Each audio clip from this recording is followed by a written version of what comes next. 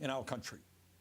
Our campaign is not only about defeating Donald Trump, the most dangerous president in modern American history. It is not only about winning the Democratic nomination and the general election. Our campaign is about transforming our country and creating a government based on the principles of economic, social, racial, and environmental justice. Hello and welcome to Revolution Radio.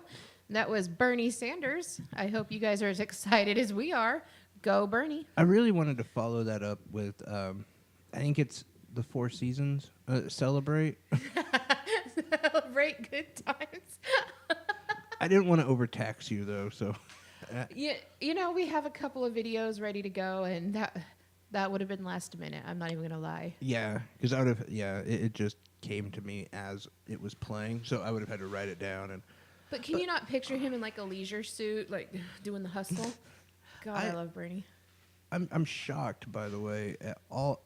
Like, anyone who knows me and knows my social media, knows what I do here, knows that I'm a Bernie supporter. Are you? And the really? minute I backed him, holy shit, hell froze over. Before I even backed him, I donated to his campaign. So, you know, I think that would be a worse thing if you're an anti-Bernie person.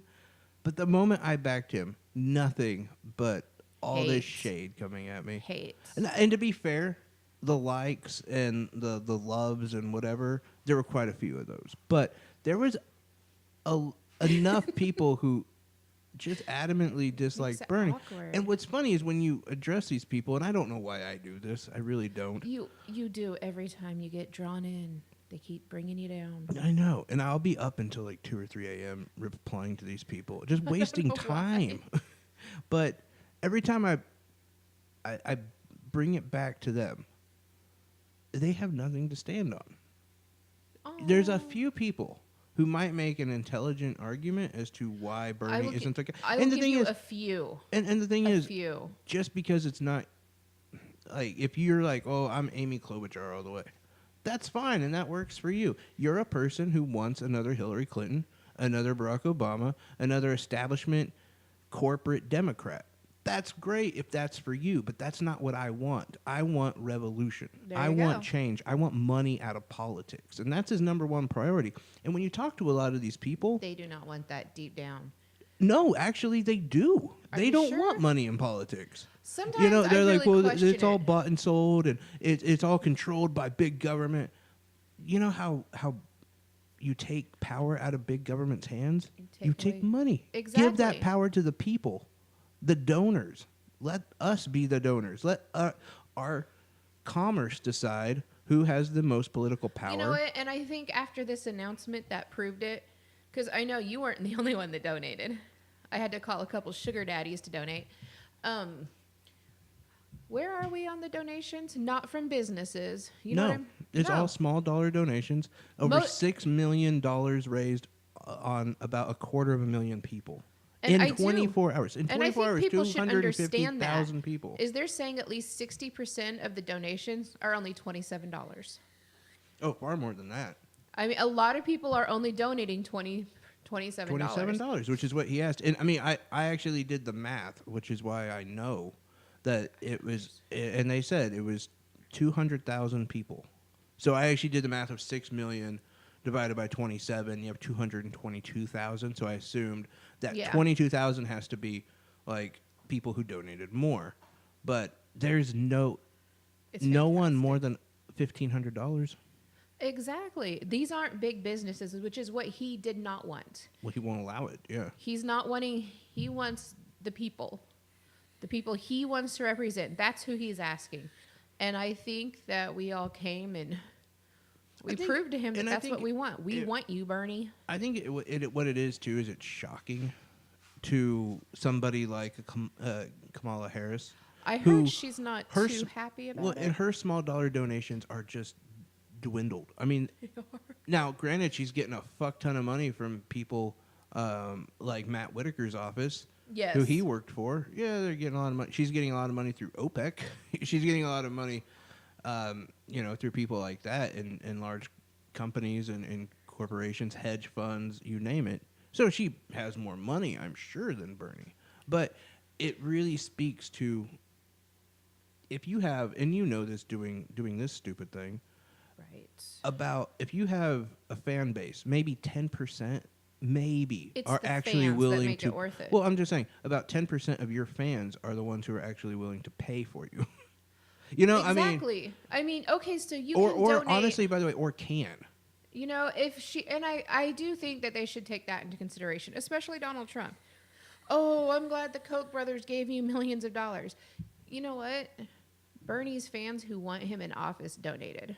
Exactly. And again, probably only 10%. Because you could be a huge fan, so you may not know how to donate, you may not have the money, it might seem like a big hassle, and I'm sure that's a lot of people. Yeah. A ton. I mean, again, I would say 90%. Just going off of what we do here, what even you look at. I'm trying to.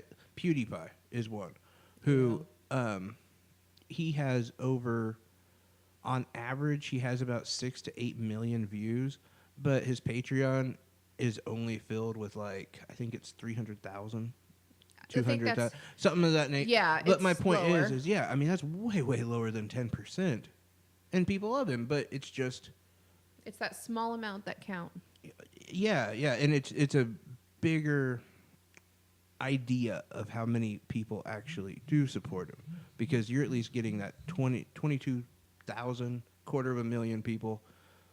You might be able to reconcile that into even 10 million people when it's all said and done. Maybe. I wouldn't be surprised. You think so? Honestly... It depends. It depends where people are at. Like, and I say that because in the polls in 2016, Bernie would have beat Trump. Yes. And I know people said, yeah, but they also said that about Hillary. But it came down to the wire on Hillary. Bernie had him by a lot more than Hillary. So there's that to consider. There's also the fact that he's taken a hit piece just like everyone else, which I saw this as an argument and people having an issue with this hit piece. That, Tulsi Gabbard's anti-gay, and Kamala Harris wouldn't prosecute weed smokers, which, by the way, if you know the whole thing on Kamala Harris, that's not why people are angry with her. It has nothing to do with the fact Kamala, that she prosecuted weed smokers when she was a prosecutor. It was the people she didn't prosecute because they gave her money. That was the issue. Minor detail. But Klobuchar is apparently a bitch to her staff. They've said all this stuff like, oh, but Bernie's not taking any shit. But Bernie did take a bunch of shit. He did. The sexual harassment that his staff... And he's still, because in some of the interviews with Bernie, how are you going to deal with the sexual harassment on your staff? And he goes, we're not. He talked about how they are going through and they will not allow, he's not wanting any sexual harassment if you can't be appropriate. But how do you control it?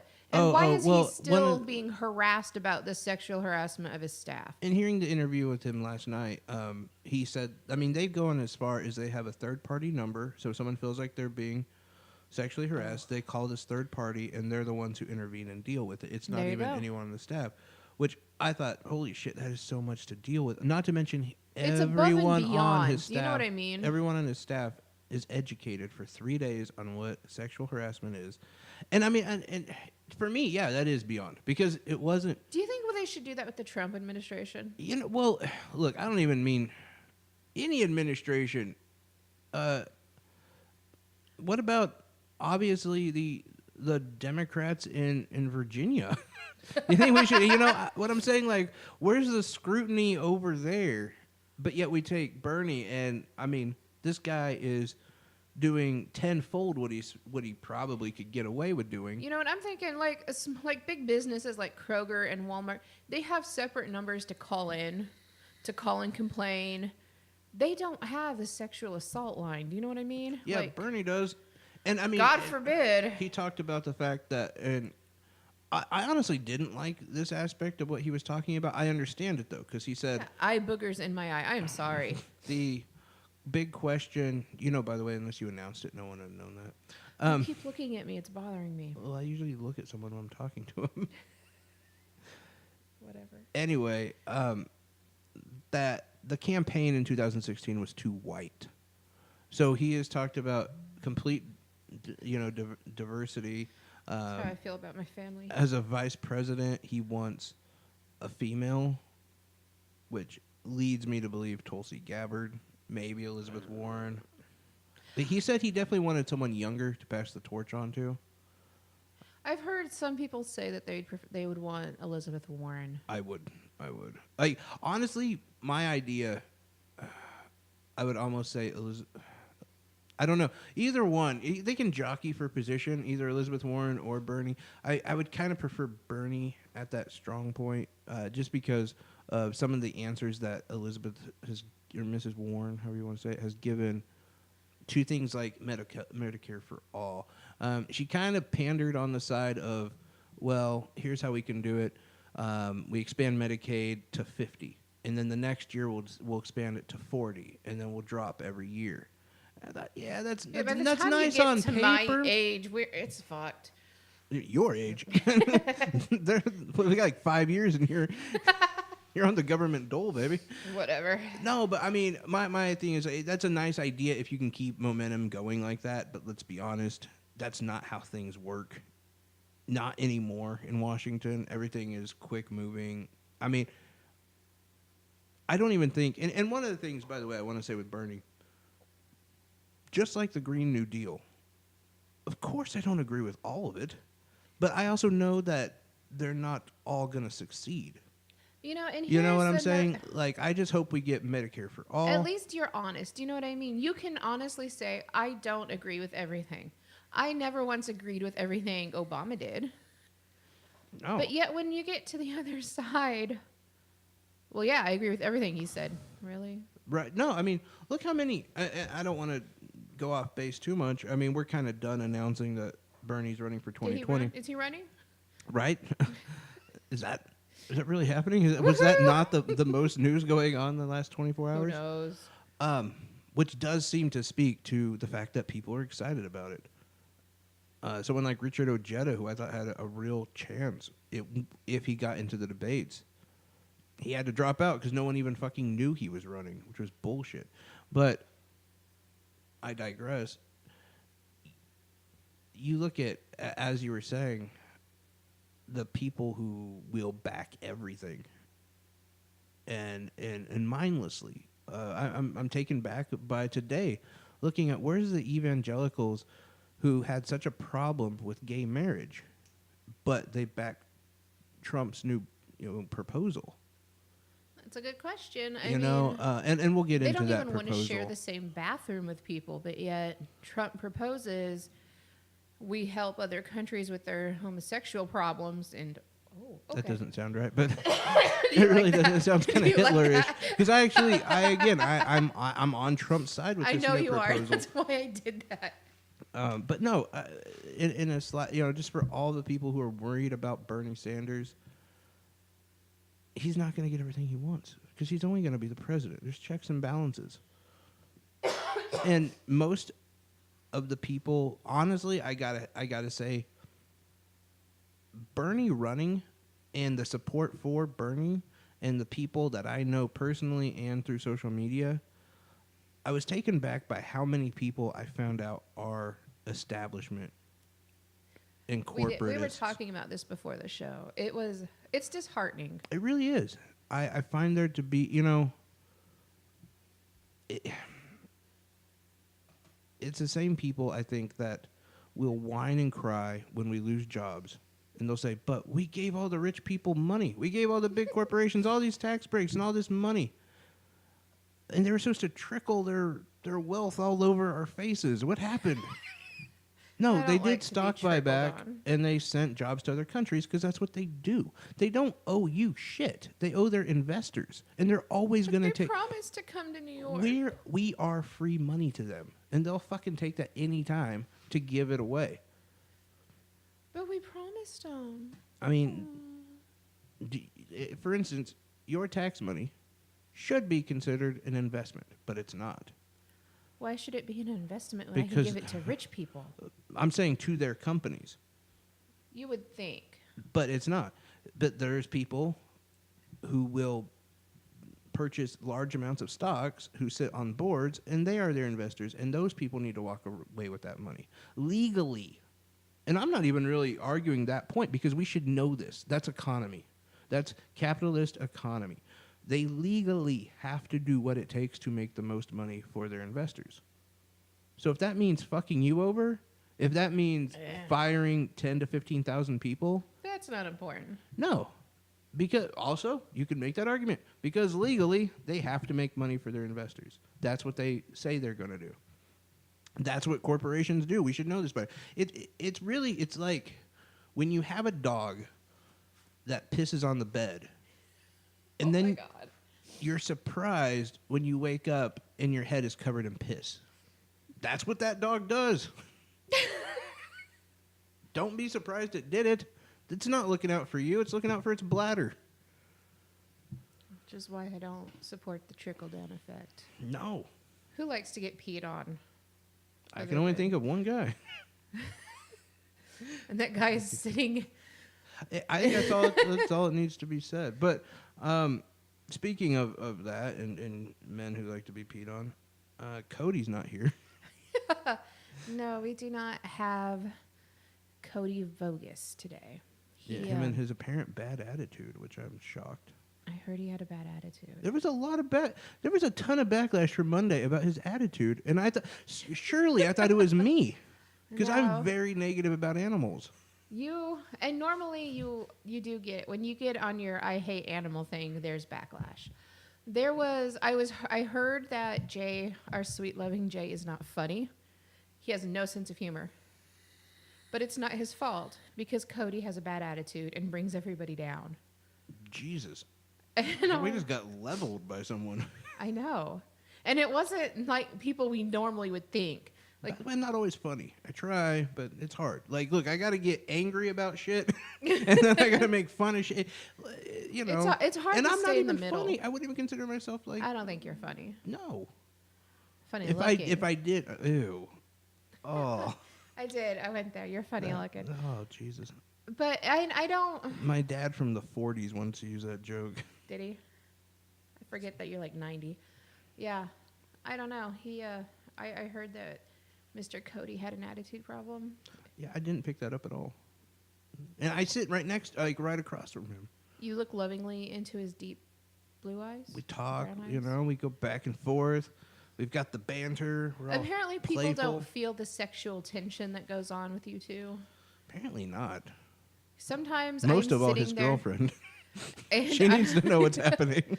And I do. Sometimes I sit here and I think, okay, today's the day where Jay just picks Cody up and slams him down and they go at it.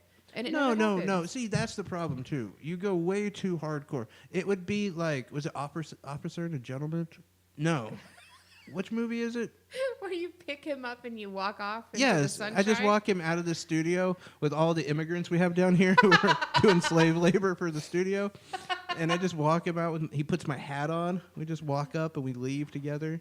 Stick him in the hole in the back and he can join the other Codys we had before him. I stand outside of his new house with his girlfriend with a boombox over my head. I hate you. Just playing like Run the Jewels or something. Something that means something to us, you know? No, it would be Toto. It'd be Africa. That is such a white song. What is up with people in Toto? It's our love-making song. My God. So, anyway, that wasn't exactly where I was going to go when I said people who like to be peed on. You went there. A huge probe came out that not a lot of people are talking about. Is it important? It is incredibly important. It's to you or other people? It's really important to the government. I guess. And fairly important to me. I think it's the smoking gun. You keep saying that and nobody wants to talk about it. No. And I think here's why. It's kind of boring when you think about it.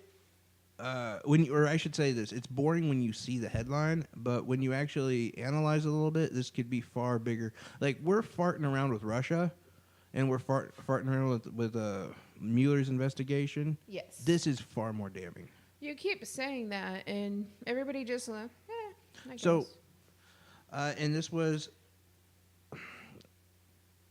brought to the attention. This is actually an article from The Hill.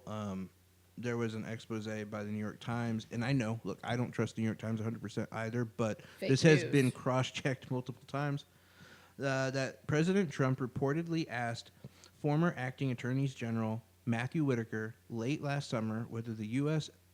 attorney for the Southern District of New York, a Trump ally, could take over the investigation into money paid to two women who allegedly had affairs with the president, amongst other subjects.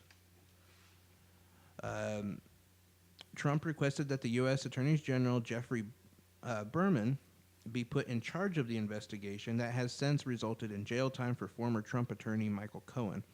Even though Berman recused himself from the probe, Trump had no idea that Berman had recused himself from the probe. The reason why the Trump wanted Berman was because Berman was a Trump loyalist. 100% loyalist.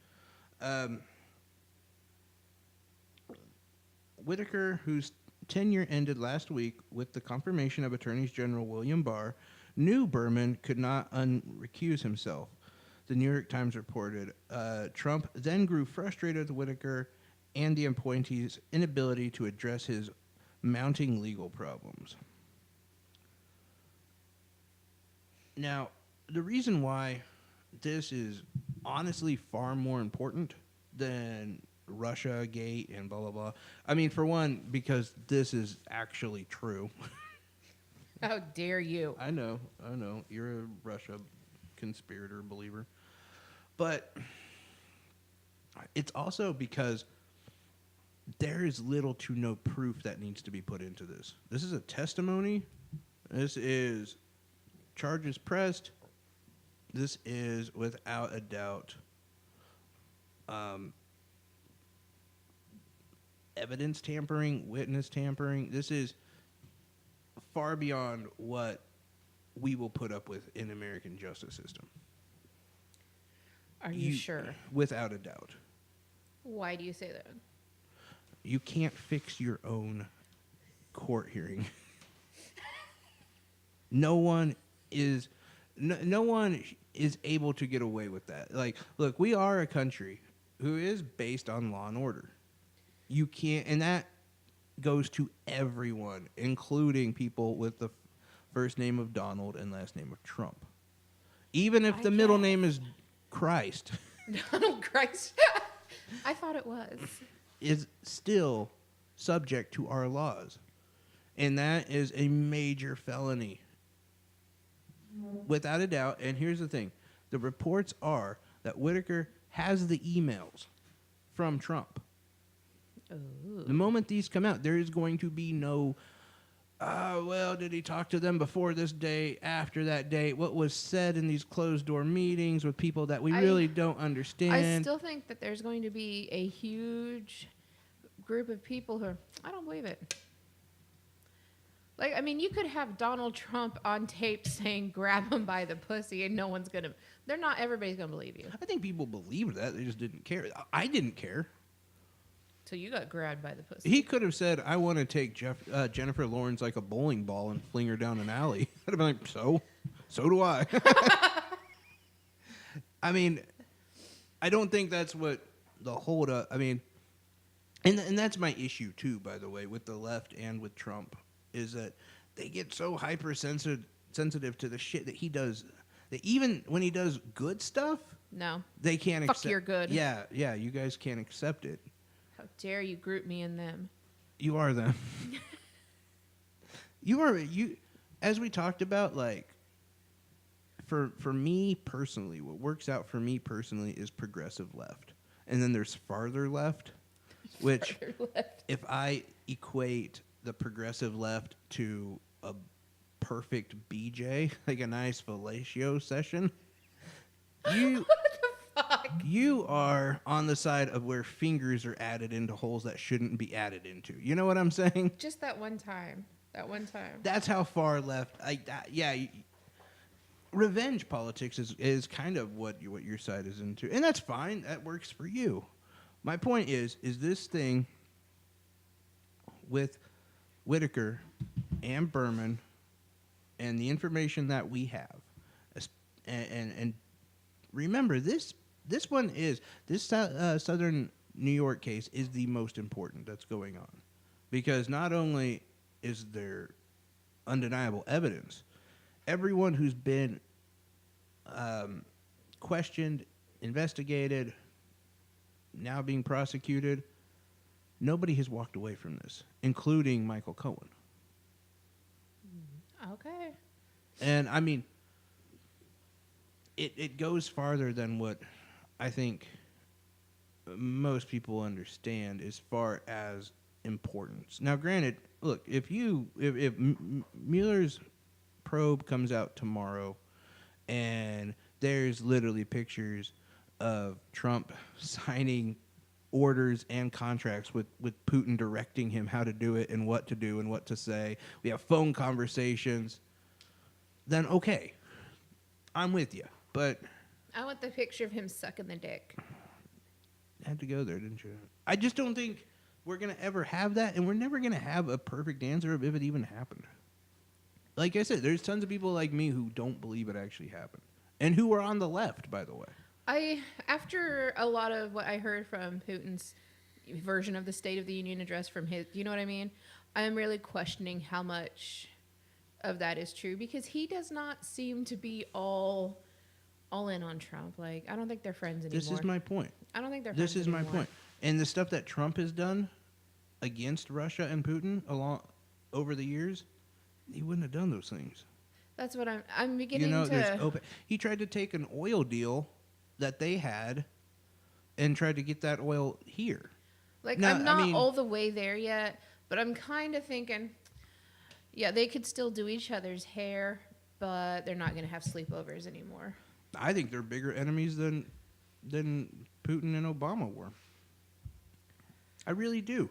I think just like Iraq and at the time the brilliance of Dick Cheney and W, people, the left are going to look back on this one and say, Jesus Christ, we waste way too much time on this stupid Russia thing.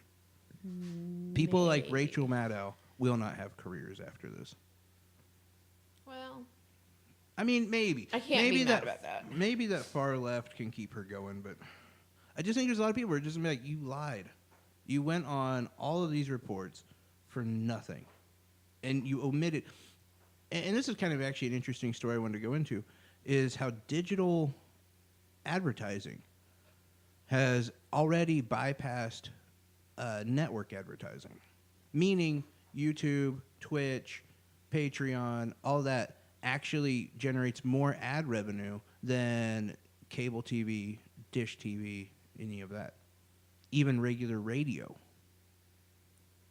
that's true. Which is Yeah. It's an amazing. And by 2021, it will be at about a 12% ratio, climbing as we're traditional media. FM, AM radio, cable, dish, all that is declining at a rapid pace. And what I find interesting about that even further is if you see certain radio hosts and TV hosts try to make that like curve into what should now be called mainstream media, but what is typically called alt media, which is the digital forms, the YouTube, whatever, they're going to discover that it is a hard market to crack into because you have to be educated. You have to know your shit. Like, I listened to Morning Joe on YouTube. I watched a Morning Joe clip about he was just bashing Ocasio-Cortez and the Amazon deal and blah, blah, blah. And he was so stupid that I don't know, I'm going to assume purposely, but I don't know. He left out a lot of key details about how that would have hurt New York instead of helped them. And in fact, there was a bill to take the taxpayer money, it was actually only $300 million, not $3 billion like they were going to give, but the $300 million to clear all education bills, if you will, for the citizens of New York. Clear all their debt as far as school loans. And that would do way more for the economy than building Amazon. And you save about $2.7 billion. And that's just one thing that they could do. He completely omitted that. He didn't talk about the helipad. He didn't talk That's about not important. the $350 billion cash grab that they got. That's not important. No, I mean, They're not coming to New York. Did you hear that? That's what's and important. I'm sorry, it was $350 million cash grant, but But they're again, not coming you because took it's that, AOC's fault. But you took that cash grant, Yeah. did something else with it, you get better. But and that's the other thing. They kept blaming AOC, and it was funny looking down on the comments, and all the people who were just like, name one thing AOC did to stop this. Name one thing. Like, and no one could, because the answer is she did nothing. She just talked out against it. She wasn't on some board. She wasn't a part of any of it. She gets blamed for it. Exactly. But that wasn't the only thing. There were so many people. Like, for instance, the helipad that was going to be built for their high-end investors and their CEOs, the $350 million cash grab, things of that nature. I didn't know, but I learned because of the comments in the video. I learned a lot of them in the comments. People are just throwing it out left and right. Well, yeah, when we were talking about... So not only do you work for this company, you're letting shit out. Well, it was in the deal. But the Yeah. interesting thing is moving into a digital platform, you've got to know your shit. Because the people who are watching YouTube, who are watching things like anything from Steven Crowder to Dave Rubin, even the fucking psychos who listen to Jesse Lee Peterson, to the people who listen to the Young Turks and Philip DeFranco and Secular Talk, everyone in those groups, which is far left, far right, blah, blah, blah, they're all educated. They choose to listen to this shit, and they look into it, and they enjoy calling their own hosts out on shit. So when you have Rachel Maddow try to do YouTube, and she says Russia 84 times in 30 minutes, yeah, it's not going to go well for her. Not going to go well for her at all. But I thought that was really interesting how and ad dollars are starting to majorly decline for regular TV and regular radio. It's because it's the digital age. Yeah, and people don't have time. They don't, I mean, I think we're at a point, too, where it's just too goddamn expensive. You're not wrong. I mean, honestly, when you think about the people that you are on Facebook with and communicating with, do you really see all those people sitting down in front of a TV watching a news station? To be fair, a couple, yes. And those are usually the people who are the most misinformed.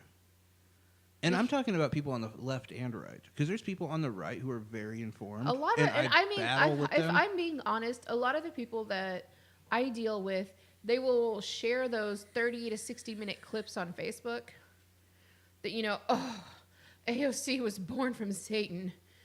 Do you believe that? Those are the people who I think would sit down and watch cable TV. 100%. I don't know. Maybe they'll go to CRTV or Blaze. There you go. Probably CRTV. I could see that. But a lot of the videos are from our favorite Fox News. Of course, that's what I'm saying. I love them. That's sit down, and I mean, that's old people scare tactics TV. That's not anything revolutionary.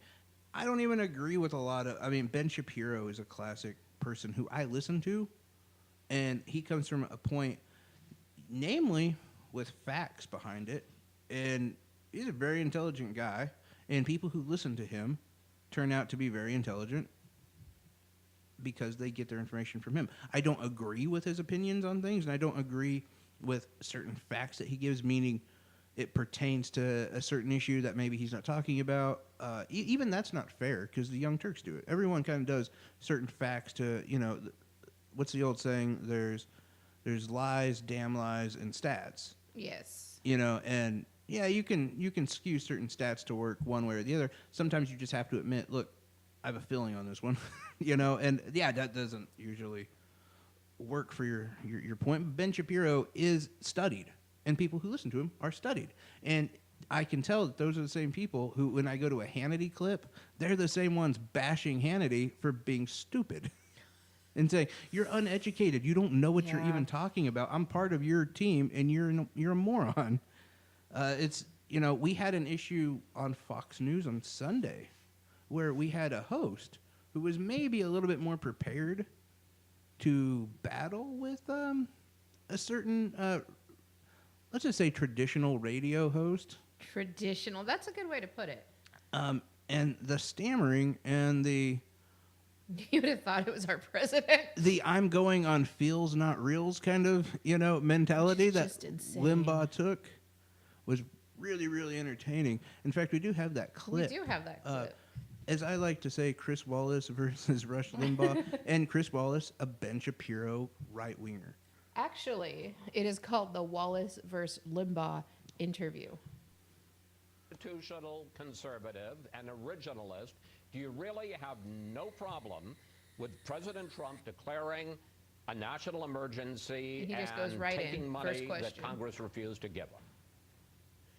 No, I don't. I just listened to your panel, and I think so many, it's all minutia. All you guys were talking about was minutia. Katie Pavlich had it right. We have an emergency. This is an invasion. The very existence and definition of American culture, American society, the rule of law. Why does nobody talk about the... So, statistically, if you look, we have less immigrants now than we had a decade ago. So if this was an invasion, an emergency invasion, it was a bigger invasion then. So how is it that an invasion turns around? I've never heard of the Mongolians going for another country and then being like, we're here, let's go back. We're going to leave everything the way it was. We're going back. I thought that happened all the time. Yeah, it doesn't really happen. Oh. There's a thing, if it's an invasion, it's a conquering army. It's a conquering group. Like, I automatically think of Vikings with their hammers. And Exactly. Have you ever seen them when they go to, like, the cathedrals and they knock on the door? They bust in through the churches, and they're looking at the gold and the crosses and the money, and they go, all right, see you guys. You have a good day. Sorry, Just wanted to check bad. in. Just wanted to make sure we could you're do here. it. Later. Yeah. That doesn't really happen, I does it? don't. So, okay, go back to Limbaugh's nonsense. The fact that millions and millions and millions of people are breaking the law coming here illegally, and that the Democrat Party wants that to happen. Let's think about this for a I second. knew you were going to stop. This is a fucking lie, and I can tell you right now, when you have a million, and I will give him the benefit of the doubt. Let's say 100 people showed up at the border. That's not illegal. I don't think people get this. Because it's not illegal to go to the border. What are they doing at the border that makes it not illegal? They're probably asking, hey, can we cross? What are you crossing for? I would like to seek asylum. Okay. They're going That's into these things not called illegal. checkpoints, which is that's how they're supposed to do it. Now, what is making it illegal is when they're like, so you have kids? Yeah. Okay, well, you can't do that. Well, I thought I could. Nope, we're going to arrest you and take your kids and sell them through Betsy DeVos. That's what's illegal, and that's what our country is doing. Not them, our country. Now, what is illegal is if they're crossing over and climbing fences, and they're like, hey, I'm going to stay here now. But a lot of the people, and when I say a lot, 92.3%, there is a 0.3 because they're including babies and infants. So think about that, people. It's not illegal for them to go to a checkpoint and say, hey, I would like to come and seek asylum. That is where they're getting arrested. That is where all these numbers are coming from. That's where they're saying this is illegal, and it's not illegal because there's no other way to do it. They're being arrested. That is how you seek asylum. And when you think about, okay, well, they're arrested, you're right, they were arrested, and then they were sent back because it wasn't a legal arrest. You guys, you got to think this through. It's not an invasion. And can we talk about how numbers went down? They were higher a decade ago, and they've been steadily going down, and that was under Obama. And Obama had a catch and release, which I hate that term, by the way. But he did. He really did. Let me say this. Catch and release was 87% effective, meaning 87% of them who were given a court date came back for that court date. Because here's the shocker. Immigrants want to be legal citizens. Yeah, it's not like, oh, okay, I'm just going to try to. No, they came back to be legal. That's what all they want. So let's talk about the second part of his bullshit statement, that Democrats are wanting them to be illegal. I don't know how many people out there in La La Land here, but I'm going to say about 7 years ago, we tried to file. And when I say we, my husband and I tried to go file for state assistance. because we lost our insurance when he switched jobs. Had no clue it was going to happen. And we assumed that we could continue to pay for our insurance until the new company's insurance kicked in. No, we couldn't, and No, he did that's not how know that that. works, yeah. Exactly. And we were told we could is the problem. Oh, yeah, yeah. So we went and said, hey, we have no insurance, and we have this sick kid. So our doctor is like, this is a no-no. And he wrote this beautiful letter stating every medical necessity, medication, and why it is important. And we took it to our state office. And you know what we were told? Sorry. Oh, no, nah, you make too much. See ya. Sorry. So Yeah. I decided, what if we were divorced? Could we do it? Oh, no, even one of you makes too much. It's So it's not a thing. scamming the system is not as easy as people make it out to be. And I want you all to understand this because I learned it a couple of months ago with my daughter. If you do not have a legal Social Security card, you're not getting shit.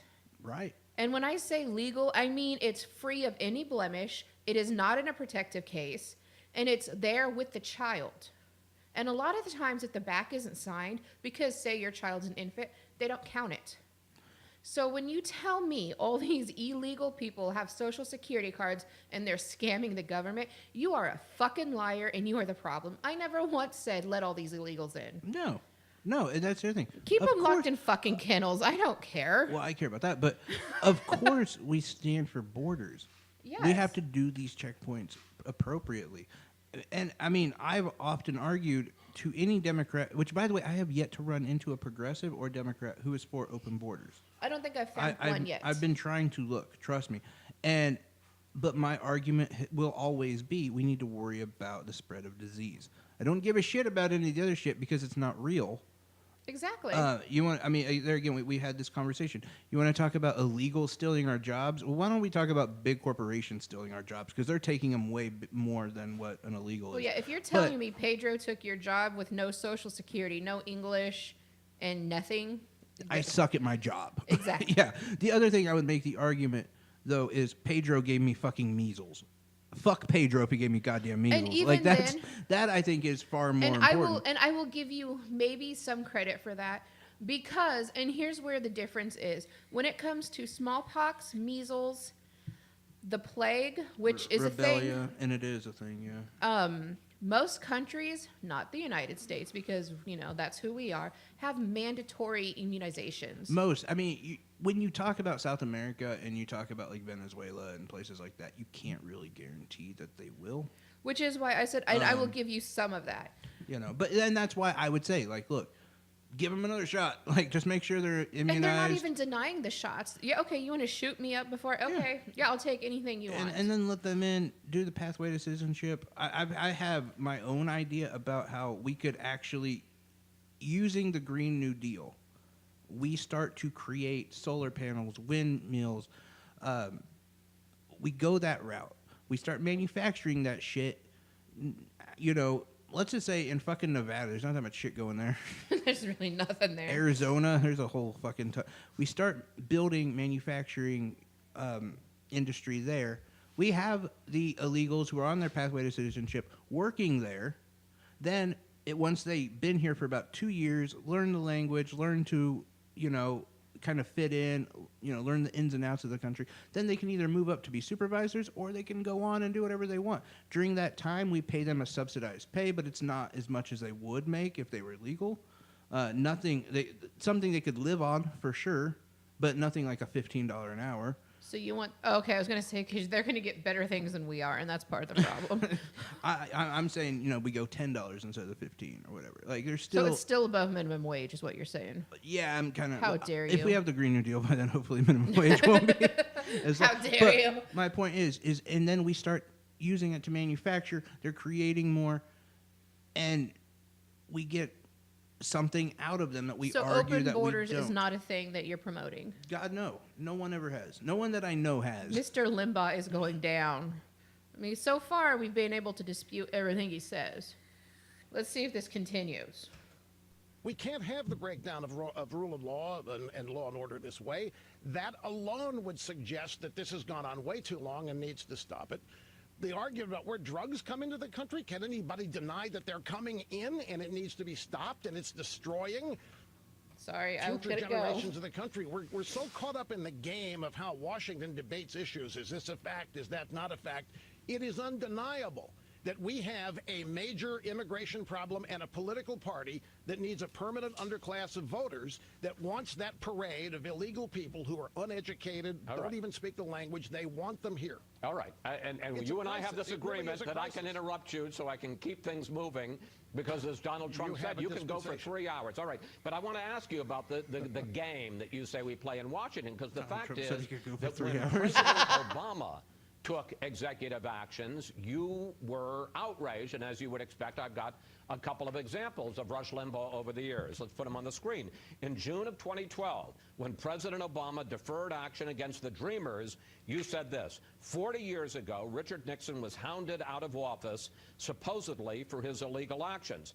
And I'm telling you that whatever Nixon did pales in comparison to just this move by Obama today.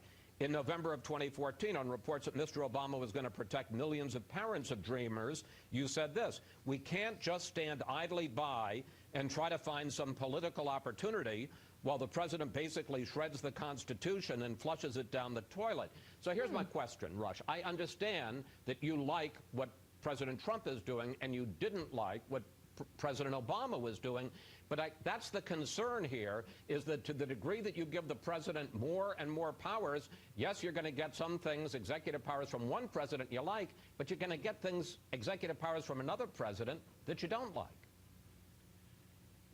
You may look at it that way. I don't. I look at it right and wrong. And what Obama was doing was furthering this existing problem he was politicizing this, using whatever executive powers he wanted to use. Yes, I objected to that, but primarily because of what he was doing with these executive powers. He was taking action that I deemed to be harmful to the country. I look at what Trump is doing as something he has to do because he's not getting any cooperation whatsoever. Both parties, Chris, let's be honest here, both parties have people that are still trying to get rid of Donald Trump. I read this bill, this spending bill. This bill is all right, go ahead. That's enough. That's enough. Sorry, Mr. Limbaugh. We're done with you for the evening. The reason why, when confronted with a strong question that Chris Wallace gave, and why Limbaugh's answer was was because he didn't have the answer. He proved right there he has no principles. If you're not wrong, without a doubt, it doesn't matter what they're doing; it's how they're doing it. If you agree or disagree what action they're doing, if you're for that, then that's fine. If you're against it, that's another. Have I said that I am against Trump doing the national emergency? Like the answer declaring a national yeah. emergency? No. No, I haven't, because I don't really care. I don't think that it's that big of a deal that he's trying to do it. I already know our checks and balances still exist, and they're going to stop it, and there's going to be so much bullshit over that. And I didn't care about when Obama was doing it. Do I agree with what Trump's doing? No. Did I agree with Obama? I did. To an extent. I think he should have pushed it for a lot longer terms, and we wouldn't be fucking having these conversations now. But way to go, Obama. Limbaugh just proved that he has no backbone, no policies. He'll be beaten by anyone when he's questioned on his own standard. How dare you, sir? I mean, it to me was so funny. And the funny thing I thought was the backlash that Chris Wallace took by Fox viewers. Which is crazy. They wanted him fired. There were, you wouldn't believe some of the comments. I'm just going to paraphrase. We need to get this FAG out of Fox News. Oh, man. He does not belong in Fox. Should be fired. Chris Wallace equals fake news. And here's the one that I thought was, and of course this had to be the icing on the cake, was Chris Wallace is a Jew. How dare I don't even know if he is Jewish. Like, I didn't even look that up. In fact, isn't Wallace Scottish? I maybe. Like, I think it's Scottish. Scottish, Irish, or English. I don't know. Yeah. I have no idea. But he's a Jew? God. That seems... Deep down, he's a Mexican. Yeah, I mean, that seems oddly weird. But it was an insult. It's very unchristian like. And if I remember right, it was prefaced by "We should get rid of this Jew." Well, technically, when you're talking about the Trump fans, that's kind of what they want to do. Do you know what I mean? Like, we're going to get rid of the Mexicans, we're going to get rid of the Jews, slowly work our way down to Africans, and then pretty soon, it's just going to be a bunch of blondies. But okay, so that's their principled stance, right? Is law and order and right-wing ideology and Christianity and morals and what's right and wrong. You heard Limbaugh say it. What's good and evil, what's right and wrong. Christianity. Let's be honest. Well, no, hold on. Because today, I fucking back something that Trump wants to do. You did. You really did. Trump's administration has said that they want to help. They want to decriminalize homosexuality around the globe. How dare you? And I find it odd. Now, granted, I see both sides too, because there was a lot of left-wing people who were, this is bullshit. Trump's just trying to start wars, blah, blah, blah. And I thought, you know what? It's kind of funny that the LGBTQ community wouldn't take this as a win just because it came from Trump. That's really hypocritical. But it's Trump. So, look, when anyone does something you like, you get behind it because that's your principles, that's your standard. Well, and I will be honest. When Jay and I were talking about it, my first thing was, it's Trump. But my issue wasn't with the fact of what he was doing or that it was Trump. In my mind, I'm waiting for the other thing foot to drop. Do you know what I mean? Like, if you're going to be nice, and this is what I told Jay, he's going to do two things to fuck it up. And it's going to end up being bad and not helpful. And what did you say? I said, well, that can't be true because then he would have done 300 good things by now if that was the formula. My thing is, I think it's a story to watch. I think it's something that we need to monitor. And I really do. I'm not saying I don't agree with it. And I want to say this because if Cody needs rights. If he goes to Venezuela and says, oh, they prosecute homosexuals, we're putting more sanctions on them, we're making their life harder. And then he goes to somewhere like Saudi Arabia and says they prosecute homosexuals, but we don't really have the proof. Kind of like the killing of Khashoggi. But we got a big arms deal with them. We're going to let them go. Then that's a completely different case, and I completely disagree with it. But at its base, what he's saying right now, I think it's a good move. And it's already something apparently that's been kind of a working policy for quite a while. So as of right now, it's okay. Right. But it's something that needs to be monitored throughout to make sure that this is the way it stands. And we're also at a guy who, through Twitter, has disavowed transgenders in the military. So there's obviously something needs to be monitored on this. I won't disagree with that. Anyway, we have got to take a break so we can pay some bills. But for all of our live listeners, we will be back. Just certain bills. You're a horrible person. I'm sorry. Once again, like my husband says, I can't control my mouth. I'm sorry. I'm a letdown. You are. That's okay, I guess. What are you going to do about it, though? I have a hard time controlling. Like, if there was a door between my brain and my mouth, it's constantly broken. Like, that door was broken and smashed to pieces, and the first thing, I'm automatically going to say it. Which is why I stopped Rush Limbaugh when I did, and you already knew how pissed I was. Yeah. Well, when it came to the thing about the drugs, I was like, okay, we know this, and it's true. But you were like, come on. But let's get through the video. We've got time constraints. Sometimes the time constraints really piss me off, and they hold me back. Yeah, and we could have analyzed the shit out of Limbaugh that entire time. But by the way, can you get the Face the Nation, or I don't know, Lindsey Graham was on Meet the Press or Face the Nation. It was only like a 3-minute clip. Can you pop that one up? Yes. See, YouTube is now like, oh, good, we get to enjoy this. We should get to hear the work. Yeah, it's fun, isn't it? Just enjoy it because next week there'd be no work. So here's the thing that I want to talk about too. As a lot of people know, I own a small business, and State of the Union? No. It should only be like a couple days old. It might have been regarding the State of the Union. No, it wasn't. What's it about? The national emergency, I believe. Anyway, so I own a small business. Today, I was actually harassed and threatened to be sued for about $10,000 from the gentleman who I purchased his inventory, not even his name, but his inventory from. How dare you, good sir?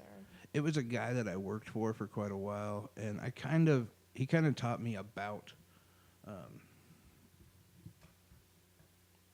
the community in which I got involved in the how do I put it?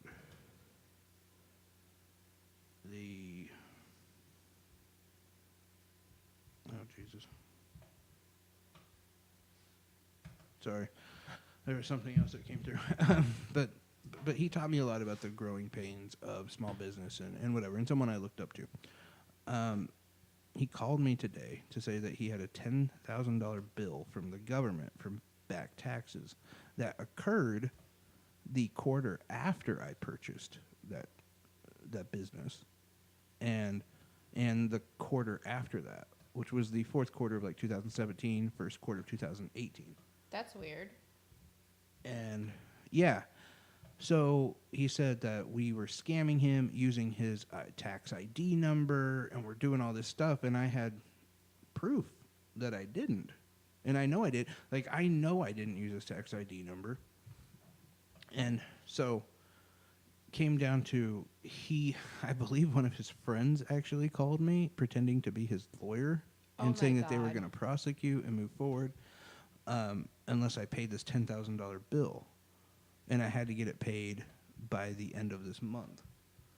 And look, I will say this, for anyone wanting to own a small business, start a small business, have a CPA. Right. They're the most important thing you can have. Because I gave my CPA a call, and I talked to her, and I told her the whole deal. And she had told me he'd been extorting her today as well. Really? Yes. I did not know that was just going to pop up the way it did. Give me 1 second. You're fine.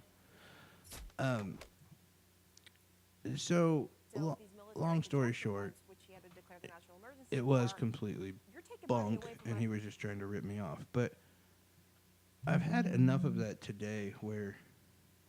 You're tired of people asking for money? In false pretenses like that. You know what I mean? Like, Bernie is like, hey, can I have $27 and I'm going to try to make your country better? All right, cool. But I've got someone, you owe me $10,000. You owe me all this money, but I don't see any paperwork.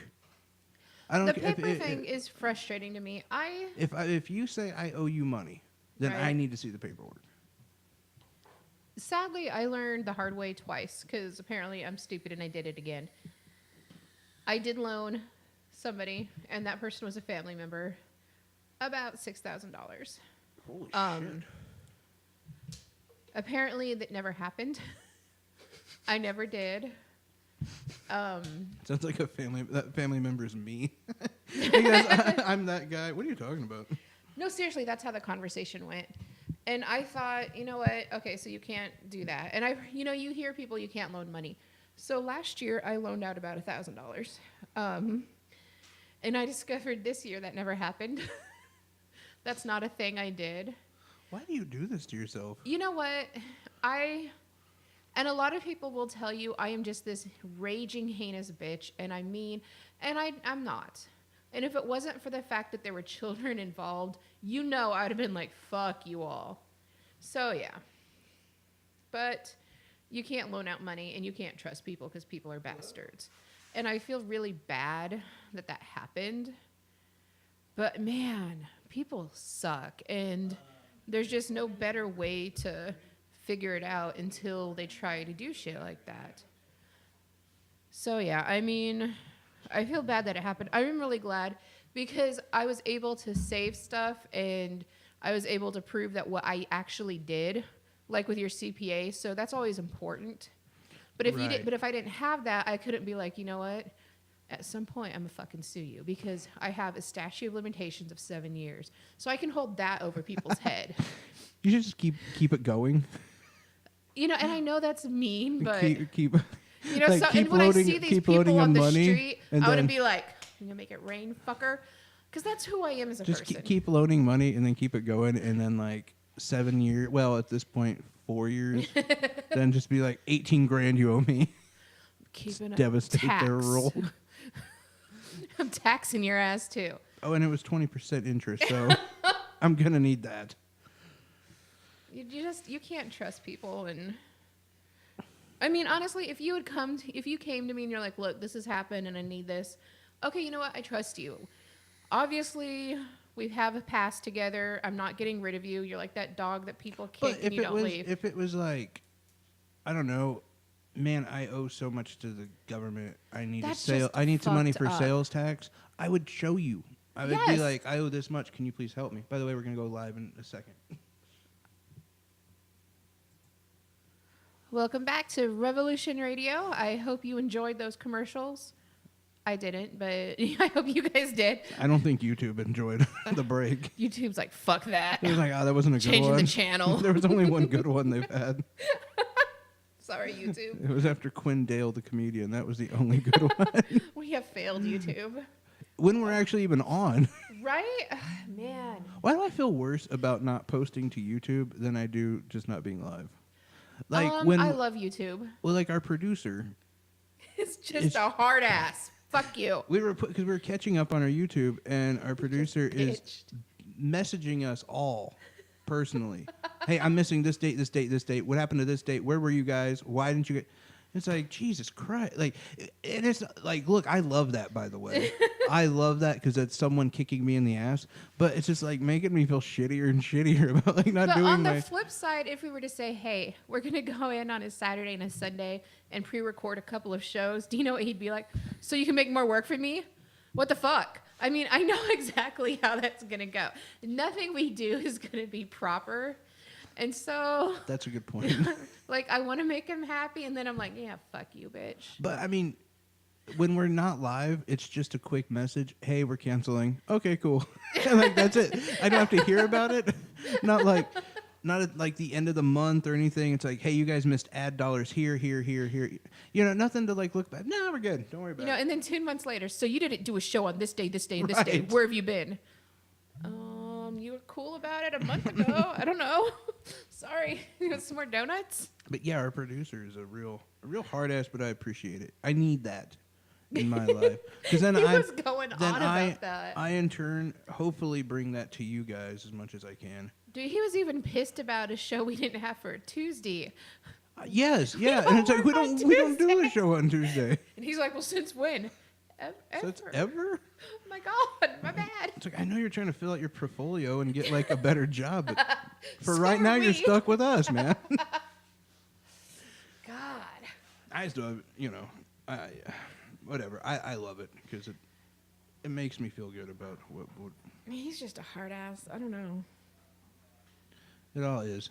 Do you got anything? Or do you want me to go on something else or? I think I'm not for sure because I didn't bring anything up because we were making fun of the producer guy. Oh, yeah, sorry. Oh, my bad. He's such an easy subject to make fun of. I did have something. I did have something go about your ahead. girlfriend, though. Which one? AOC. Oh, yeah. Oh, yeah. Look, you're like, yeah, baby. I'm getting semi right now. And I almost hate saying that, by the way. But see, I would say that about, like, Russell Wilson. So it's okay for me to say that about AOC.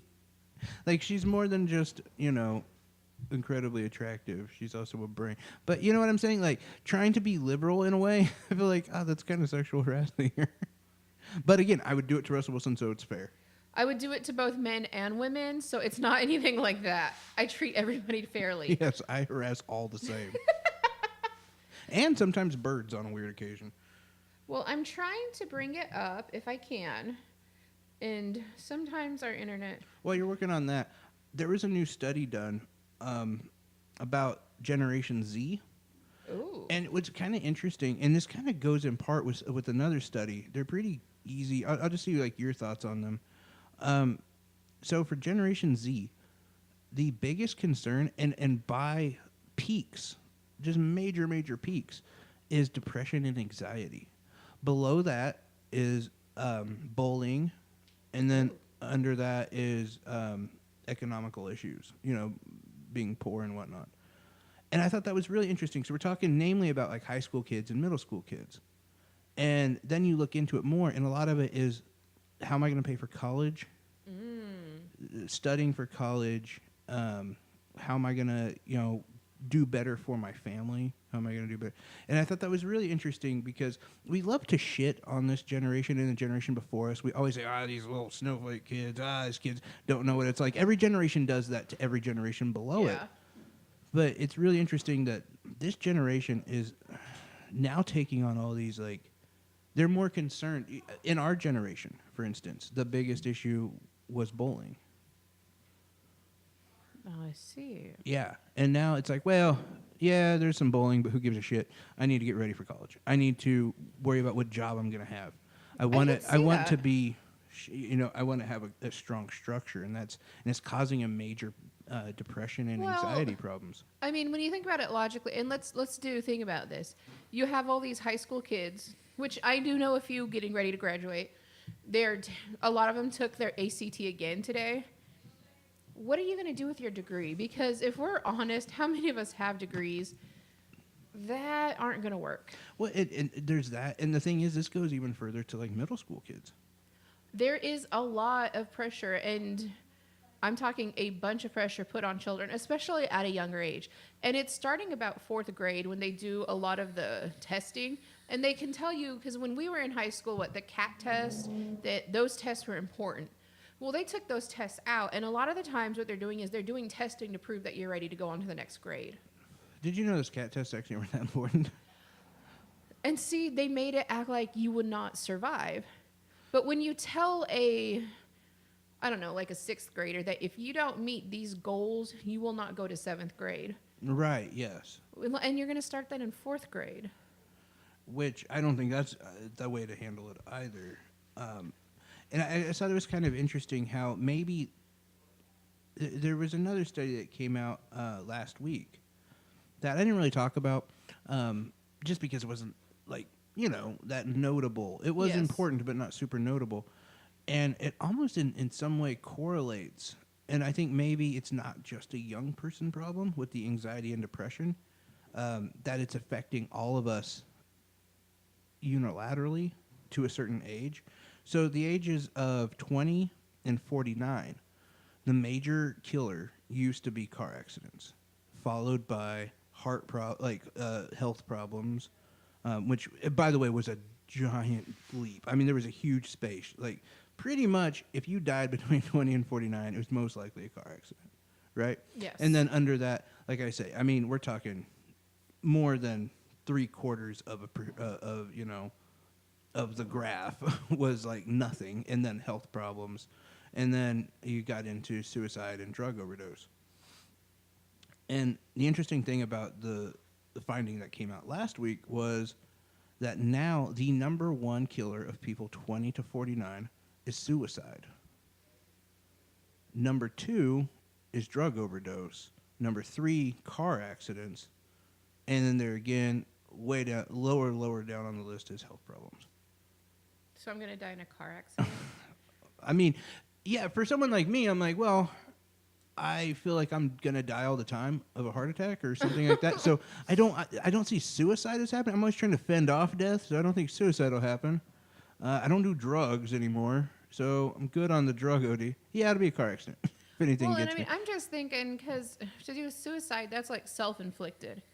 I'm pretty fucking lazy when I'm not here. Let's be honest. You're lazy when you are here. You're not wrong. You're not as lazy as Cody, who said he was going to call in and still hasn't. So I don't see suicide being a thing because I'm too fucking lazy. And depending on what form of suicide, By the way, though, I'm not going to get a chair and hang myself because once again, I'd have to actually pre-plan for that. I feel like drug OD, though, might be in your realm, though. You're the only person I know on a routine is on opioids.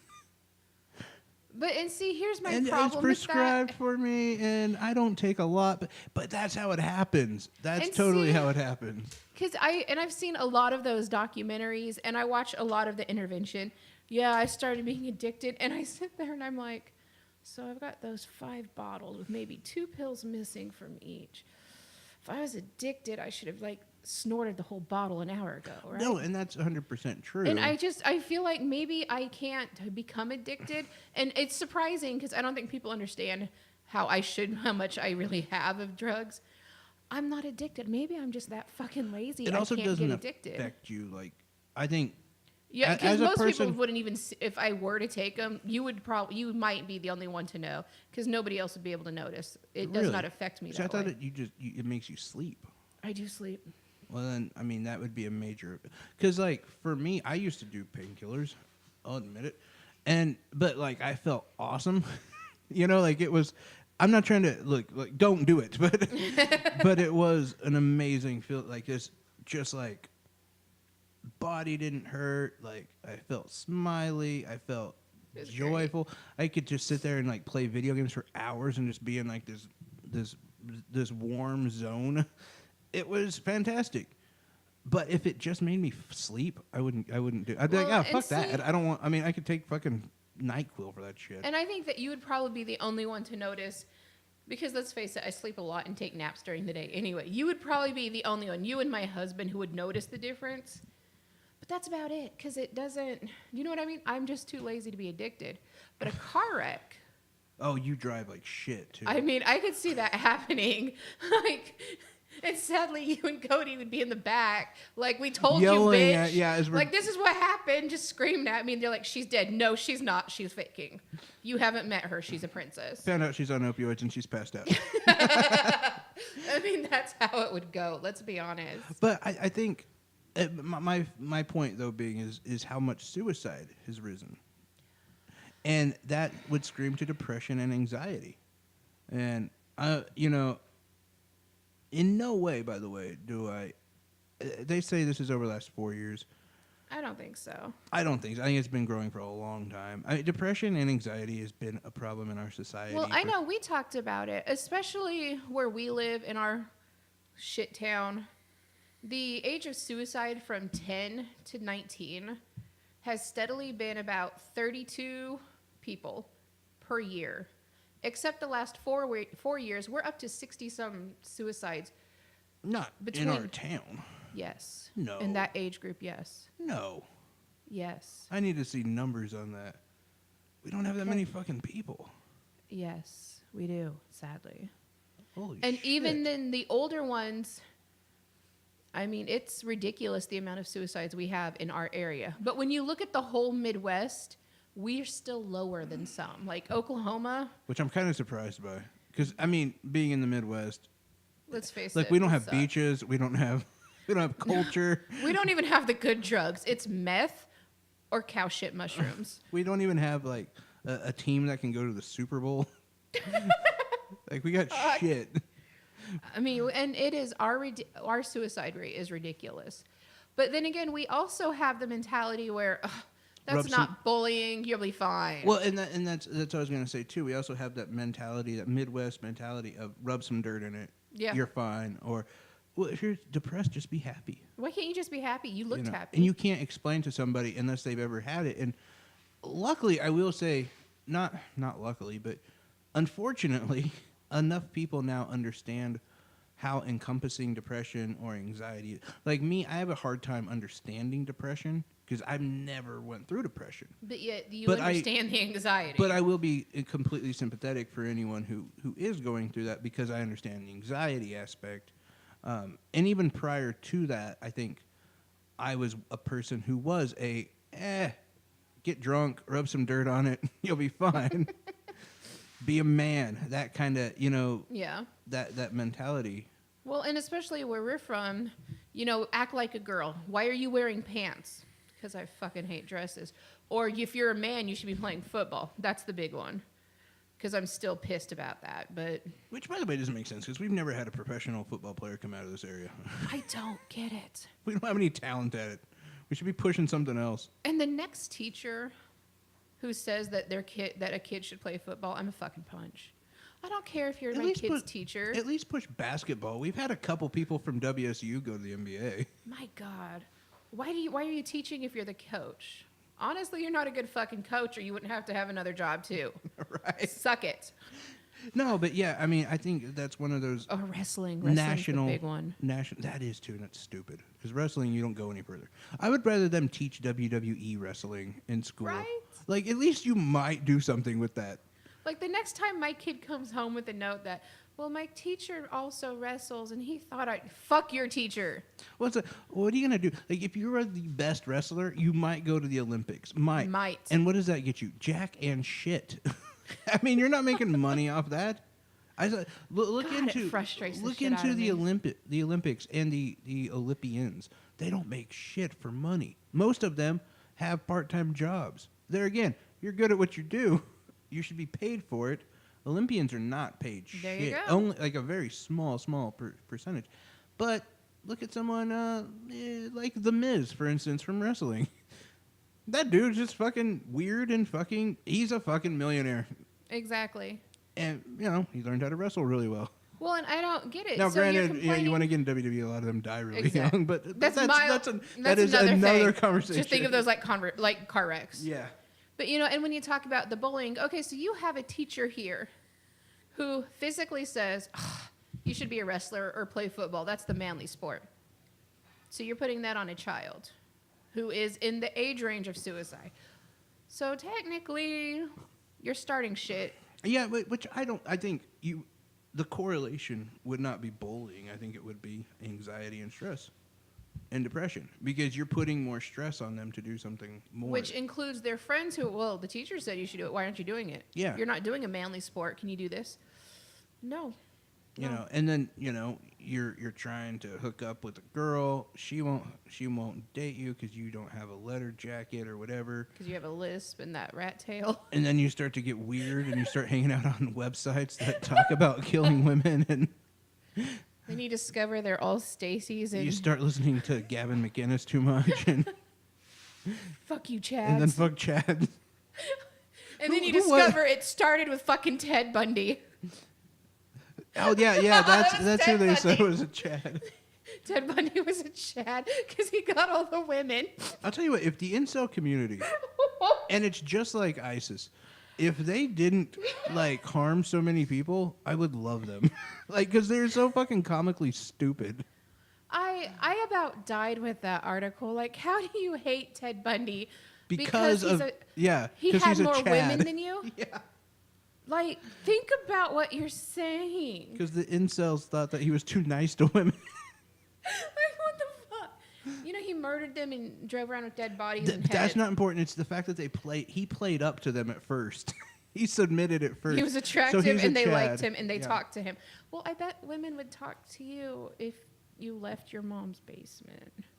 See, that's not a fair statement, I don't think. Really? Really? When you left your mom's basement, people talked to you. When I left my mom's house, that's when my pussy count dropped down majorly. Your pussy count. It went from, well, I mean, not that I ever did great numbers, but and you have to admit, in high school, I love you so much. I could have done some damage, but I didn't. And I think it was more because post high school I could too, but you were such a good women. Guy. Like, a woman could hit on you and be like, okay, that's great. So do you want their number? And when they look at it and be like, no, your number, you're like, oh, for homework? Okay. Call me. I'll help you with math. Or I'd be like, well, I have a girlfriend. Like, what the fuck for? And they'd be like, so? I'd be like, well, I don't believe in cheating. Yeah. Cheating goes against the Bible.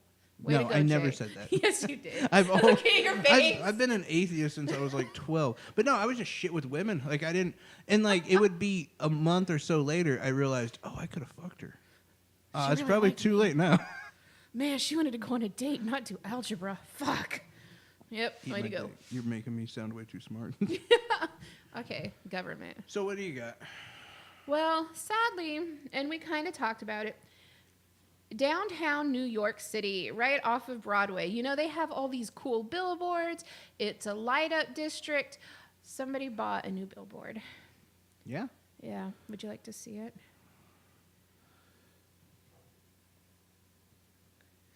Yeah. Oh, nice. I wonder who that was purchased by. Well, and I'll read it out loud for our listeners. And I really think I'm going to post it on our Facebook page for Revolution Radio. It says, Amazon pullout, 25,000 lost NYC jobs, 4 billion in lost wages, 12 billion in lost economic activity. Thanks for nothing, AOC. And then at the bottom, we have thanksaoc.com and socialism takes capitalism creates.com.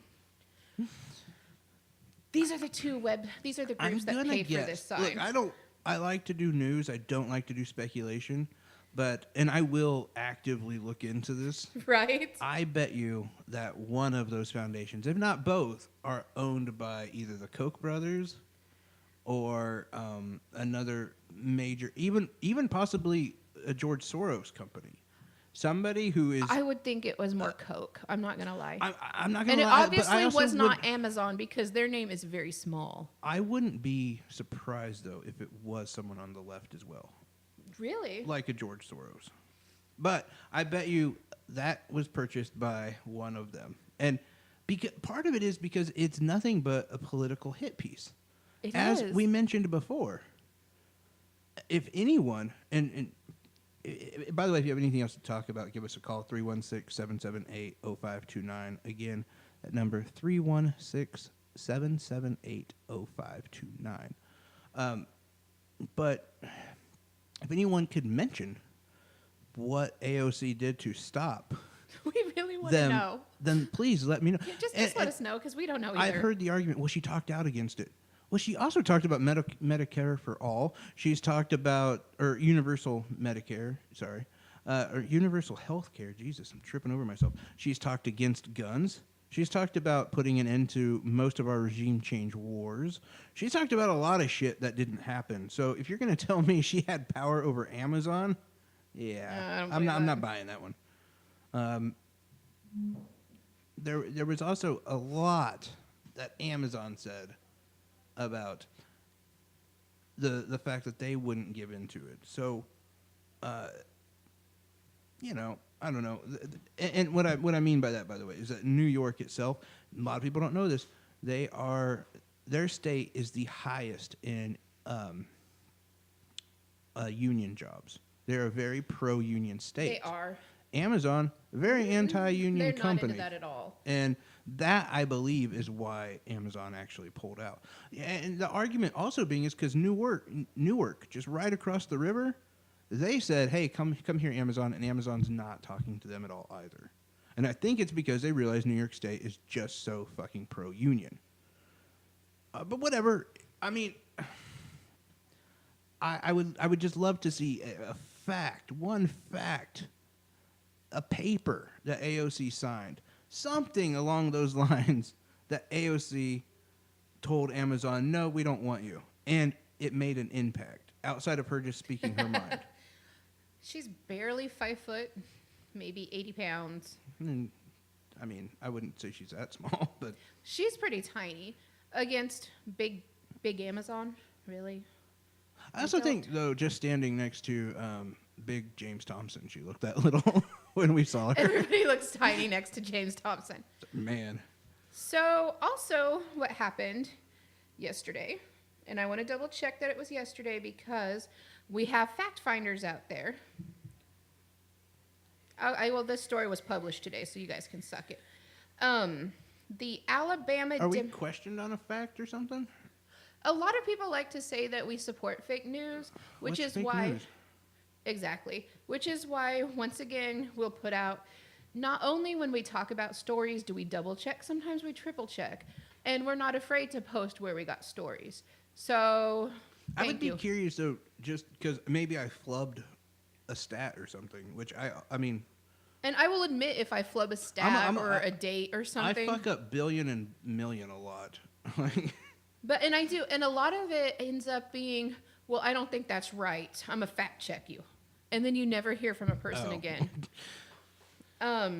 It was reported, and it started yesterday in a small newspaper in Alabama, the Democratic Republic newspaper. Have you heard about these guys?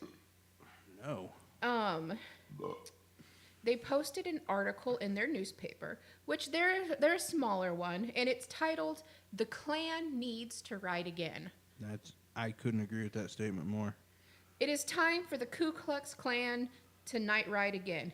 The Democrats in the Republican Party and Democrats are plotting to raise taxes in Alabama. They do not understand how to eliminate expenses when money is needed in other areas. This socialist communist ideology sounds good to the ignorant. I'm not kidding. Oh, it's a playoff Democrat. The uneducated. Not kidding. What? And the simple-minded peoples. People who do not understand the Constitution do not like to be responsible. Slaves just freed after the Civil War were not stupid. At times, they borrowed their former master's robes, horses, and rode through the night to frighten.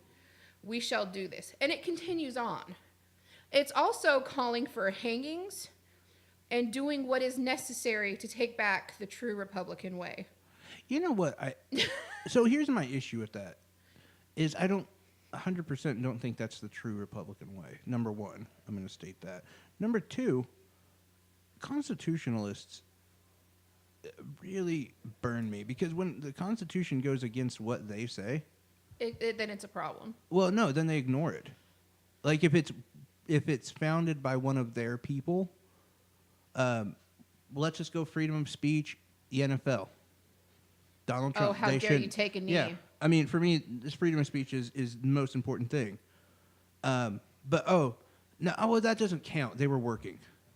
There's always these little things they like to add. They're going to make it sound better for you no matter what. These caveats. Yeah, that's why we couldn't go all the way in. I mean, look, we'll just talk about what's happening in southern New York right now, in that district of Trump trying to put his own attorneys general, or trying to get his own attorneys general to proceed over that case. Constitutionally, it's incredibly illegal.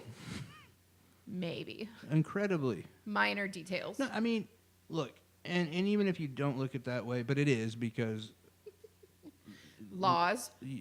Maybe. Also, I don't know, the 13th Amendment. It boggles my mind how certain things are. It's accepted with caveats. Meaning, I'm a big proponent of if you're for the NRA, you're for all that, you want to have a gun, fair enough. I'm with you. We should have guns, but every gun should be registered, and everyone should take tests and stuff like that. But they say no, that's against my Constitution. It's not actually. In the Constitution, it does say that all militia have to be regulated, and if I remember right, often was in there as well. I don't know. I just think that has something to do with the Constitution. If you're a constitutionalist, it should be put in there. I also, by the way, do find it funny that I think if you were, a lot of times it's used, what would the founding fathers say now? And I really feel like they would say, why the fuck are you guys still going by that paper? That wasn't meant to last this long. This should have changed. This isn't the goddamn Bible. Even the Bible has actually made more changes when you think about it. I mean, you eat shellfish, don't you? I mean, yep. I really think like it wasn't intended to just stay as a permanent fixture and not adjust it all for what's happening. Whatever. I mean, you can say I'm not a constitution. Whatever. I don't care. But in a lot of ways, that's what it came down to. Anyway, so here's something. I'll be right back. You're good. I'm sorry. I'm Well, just go. You just have to go to the restroom. It's fine. I think. I hope. You're not peeing here, are you? Oh, okay. I don't want it to make noise. Oh my God, my bladder hurts. That's really funny. Shut up. You're crying about your bladder. I mean, it's not that big a deal. Anyway, we want to talk about constitutionalists, your rights, your freedom of speech. In Florida, a 6th grader was arrested after his refusal to participate in the Pledge of Allegiance. It escalated into a confrontation with police and school officials. The unnamed boy was charged with disputing a school function and resisting an officer without violence on February 4th, according to Lakeland Police Department. A local news outlet, Bay News 9, reported that the confrontation began after the student at Lawton Childs Middle School near Tampa called the flag racist and described the national anthem as offensive. Citing a statement provided to the Polk School District by the boy's substitute teacher, the station reported that the teacher asked him why, if it was so bad, here he did not go to another place to live. Man, I'd ask why the teacher can't speak. That's literally what it says. Why, if it was so bad here, did he not go to another place to live? Whatever. The boy replied, "They brought me here."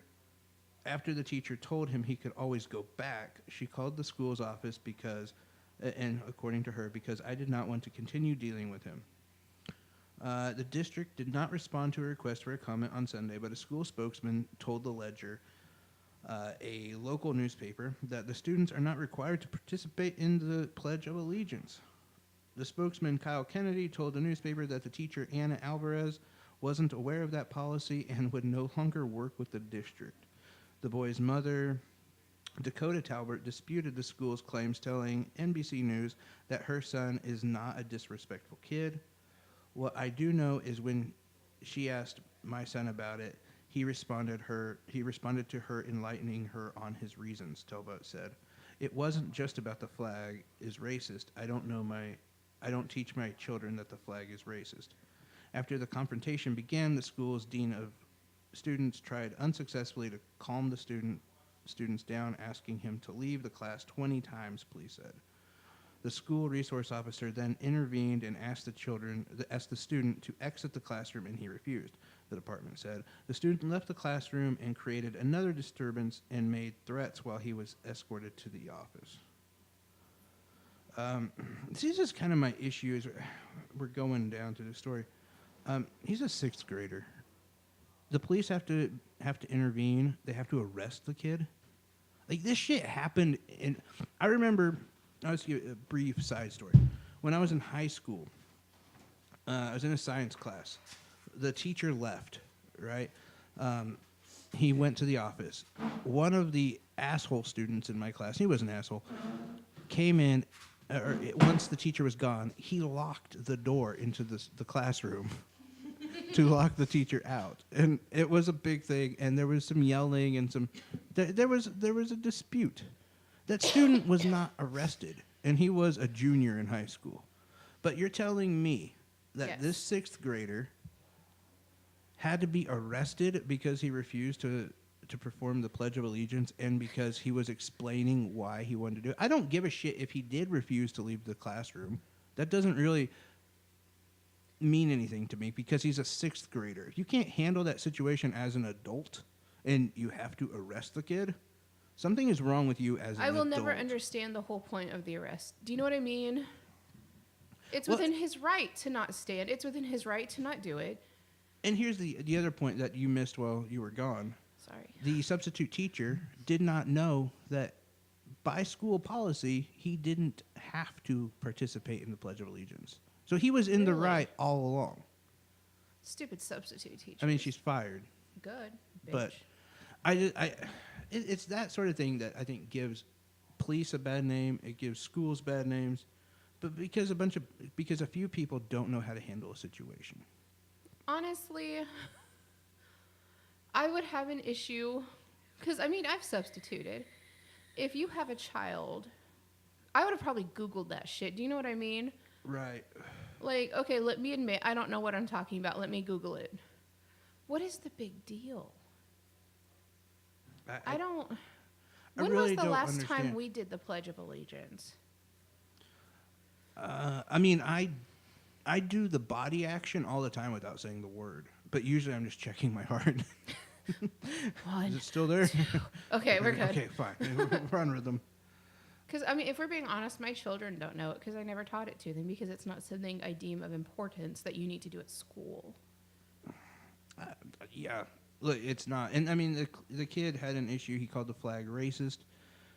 Look, he could be arguably right when you look into it. Like, to me, it just seemed like that teacher did not want to have a deeper conversation, which this kid obviously is some sort of activist, some sort of, and possibly causing a ruckus. I'll grant that. But he's omitting that, look, I have this issue with it. Let's have this discussion. When you're an educator and you refuse to have those discussions, what are you teaching our children? Exactly. That if I don't like it, I want it to go away. Which is my issue with the fucking far left. It's like, oh, I don't want to hear it. Ban people, ban people. Shut up, stupid. And have the argument, have the dispute. And they don't. They really don't. The last, what was it, 2 months ago when I texted you that we were at a basketball game to watch my daughter cheer, and my loving 92-year-old abuelita refused to stand for the national anthem. Which is fucking 92, by the way. Like, can we get behind that?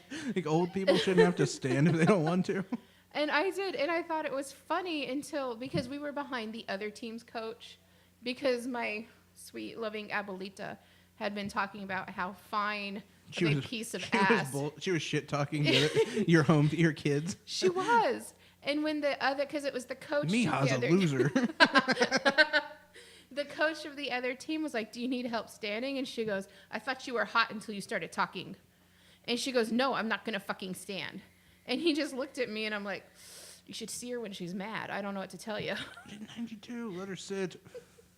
Man, what do we have? Wheelchair people stand up? I don't understand why he's not standing. I mean, I don't care if you're numb from the neck down, you fucking worthless piece of shit. His legs look like FDR now, but I don't care. He should stand. Well, and how many veterans have no legs so they don't stand? I don't see him getting pissed off. They get on nubs. Captain Dan isn't over there. I'm a stand. Captain Dan don't care. He got legs. Okay. After he married an Asian woman, he got legs. So okay, here's something that I'm highly against. This actually really does bother me. A day after the sailor seen kissing a woman in the iconic World War II photo died. Me too. Yes, after the sailor who was the guy doing it, who kissed the girl, after he died, a statue commemorating the couple was found vandalized early Tuesday, Florida police said. According to the Sarasota Police Department, the vandal used red spray paint to write the phrase #MeToo, which refers to sexual harassment. And I have sexually harassed many statue. I'm going to say this as far as the Me Too movement. I have moved. And look, and I've moved away from it. I have. I mean, I'm one of those people who was told this, like, oh, they're gonna ruin men, and I'm like, fuck you. This is about women's rights. Gillette blah, blah, blah. commercial going down. And like, I had no problem with the Gillette commercial. I felt like I was all right, but the more and more shit like this, I'm like, you don't even get the point, do you? You don't understand, like, and it ruins what romance is. And I did say that, though, a long time ago, that it will ruin romance. Romance and I don't mean like candles, lingerie, bullshit like that. I mean the idea of romancing ball gags. Shut up. A soldier who's been away from his girlfriend for a long time or wife and sees her and has this kiss. That's not what this iconic kiss. Like that romance is what it's the statue's about. Yes, it is. That's what the statue is. It's that. Have you read the story? No, yeah, so he grabs a random girl and kisses her and blah blah blah. But it wasn't though.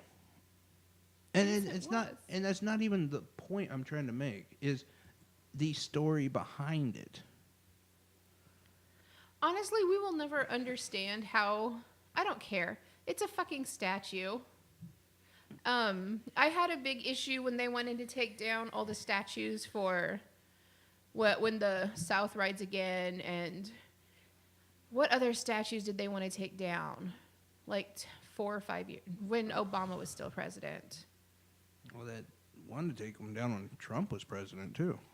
I mean, General Lee and all that shit. Yes. Which, by the way, I agreed with taking that statue down, and because General Lee even said it himself that the losing army should have no memorabilia left There you behind. go. And so yeah, okay, that's whatever. If you lose, you should at least get something out of the deal. Well, and see, I didn't really have my issue was it's a part of history. You know what? It's a shitty part of our history. It's still a part of history. Why? And that probably goes back to the fact that I hate the way the Texas education system runs. You don't like World War II, so you just take it out of the books. That makes you more ignorant. And that's part of my issue too, is the fact that it was a different time, and I'm really kind of tired of that not being an excuse, because Yes. it fucking is. Okay, I'm sorry. Like when Kevin Hart made gay jokes, it was a different time. It really was. 10 years ago was a different time where you could make those jokes. Do you want to go back and ruin George Carlin? I mean, Go for it. why don't we just fucking tear apart every fucking, form of entertainment and form of American ideology we can, because it was a different time. And we just can't handle that nowadays. Now we're woke. Yeah, Yeah, guess we're what? woke. In 20 fucking years, the bullshit you did on social media will be seen as fucked up. The actions that you commit now will be fucked up. You know what? You weren't, I don't know, you didn't love Eskimos enough. So you're a fucking douchebag to Eskimo. I don't fucking know, but my point is like, the only way I think that we move as progressives is that we understand that not only did we ourselves have faults, Yes. but that other people will have faults as well. And it's not about shaming them for things they did in the past. It's helping them understand why helping them change to not have those same feelings and understand, oh, you know what, that wasn't as funny as I thought it was. I mean, the word fag, for instance, is something I used to use a lot. And then I learned the meaning of fag, and I was like, oh, that's kind of a fucked up thing. I shouldn't probably say that. I can see why that's hurtful. It doesn't mean that if anyone finds any, like, MySpace things that I put out and I called... Oh, God, MySpace would get us all fired. Exactly. That I should still be held on that same platform, because here I am saying we shouldn't do that. And, I mean, that's the same as, what's his name? Liam Neeson? Yes. And that whole story. He's the one that came out and said, I felt horrible for having these feelings, but it happened. Let's have these discussions. Let's not just fucking vandalize shit and to say, hey, that's 60 years ago, but I don't care. It should be woke now. Oh, fantastic. So then let's just have everything fucking be gray and beige. So we don't. Oh, wait, no, can't be beige because that's brown. We can't. No, we don't like Mexicans. Don't go there. Yeah, and of course, nothing can be white. We don't want white at all. I mean, enough of that. Speaking of shit. white, did you hear that the white community is suing? Well, not the community. I don't know. Say I'm like married to half of that, so I would know. So, Mr. Sandman, our teenager who was accused of being racist towards the Native American men. Yeah. It has been determined that You didn't call him Mister. He was a high school kid. Right. You just don't know his first name, do you? I forgot It's because I Nick. don't fucking care. Nick Salmon. Well, he was really like, you don't care, or because you think he was an asshole? I think they were both assholes, if we're being honest. I mean, not one section was perfect. Do you know what I mean? I mean, no, of course not. But I think him as in his situation. So Nick Sandman, of course, I just want to set this up, was the kid with the MAGA hat who was kind of smirking at that Native American Yes. who was standing within breath distance of him, Right? playing the drum, and He and just every stood there. fucking Honestly, he stood there. every snowflake pansy liberal used that as a touting piece that weekend. And I remember I didn't say shit, because I was like, yeah, something We doesn't didn't really seem right. care. Well, no, I was like, everyone's jumping to this. I have an opinion. I have a takeaway, and I'm like, yeah, something seems messed up about this. And number one, because I thought about it, and I'm like, if I'm standing, let's say at a Bernie rally, I don't care where the fuck I'm at, and an Indian, a Native American, an indigenous person, whatever you want to call them, comes up to me playing a drum and just stands where I can smell his breath and he's singing. So I'm going to try not to laugh, Right. which is going to make me smirk. Honestly, and people be like, what an asshole. I do. I thought they were both dicks on different points of view. I My really biggest didn't see where issue, he was a though, dick. was because there was, a 10-minute, 20-minute video. His friends were kind of dicks. Some of his friends were dicks. But, I mean, the biggest problem was the Muslim Brotherhood. They were the Who was ones a who was huge causing problem. almost all the Exactly. problem. Well, his parents, Nick Sandmann's, have determined that this wouldn't have happened if the Washington Post hadn't published it. So they Oh, are now no. suing the Washington Post. I think it's for $250,000. It might actually be $1 million now. I'm not even kidding. Man, I was so in favor of him. And the best, His and parents it's are the scumbags. headline. The headline is, "This is what happens when we go after white people." Oh, no. Oh, no. Like again, I was totally on his side. I was like, this kid didn't really do anything. I didn't see where he could have moved. and the picture. There was all sorts of people Let around me see him. if I can bring it up. The picture is, I didn't even recognize him. If we're being honest, I thought it was like my son's school picture. There's this nice, sweet looking kid with pink cheeks, but he kind of has a sad look on his face. And I'm like, who is that? That's Nick Sandmann. And I'm like, that's not the picture. Of every fucking picture I've ever seen of this kid, because they've thrown his whole Facebook shit out. Never. Like, it's staged. And I'm like, so we're feeling bad for white people now? He's probably kind of a little prick, but like there again, I don't think that he got in the way of the Native American guy because I didn't see where he could have went. He was in a crowd full of people. Like maybe he could have ushered this. Like when you're in a concert and like a girl falls and hits her head and everyone has to kind of like make room. Maybe he could have done that. I don't know. I seriously think the kid was $250 million lawsuit. $250 million against the Washington Post. What a bunch of snowflake pansies. Seriously. I'm not even kidding. Now, okay. Now that really irritates me too because remember that old Look, lady? this is his picture. Would you have recognized him? Yeah, kind of. I did not. He didn't have the rosacea going. But who knows? He probably got makeuped up and they probably fucked up his makeup. But so, do you remember when that old lady sued McDonald's for $1 million because she had coffee spilt on her? And I made fun of that story. I'm not You're even a going to lie. dick. I made fun of that story because all I saw was like barely maybe half a paragraph, a couple of sentences. A woman sues McDonald's for her coffee being too hot. And I was like, well, fuck. What a dick. And then it was like 3 to 6 months later, there was a huge article with all the details. And I was like, well, fuck. I'm a dick. I'm surprised the woman lived. To find out that she sued them just to cover her medical bills. And then they said no. Yes. And that's why she sued them for $1 million. Then to find out that the coffee was malfunctioned. It was over 200 or 300 degrees. It spilled over. She had 3rd and 4th degree burns. They thought she was going to lose limbs. She caught pneumonia. I mean, this woman nearly died. By the way, hundreds of people came out with the same claims about their fucking coffee.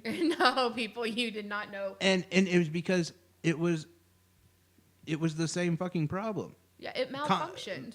Well, not just there, but McDonald's served their coffee at an incredibly hot. My point is everyone made fun of this woman. Everyone said this is bullshit. This is some old lady trying to steal from a big corporation. Well, where is that fucking talk coming on Nick Sandmann's parents?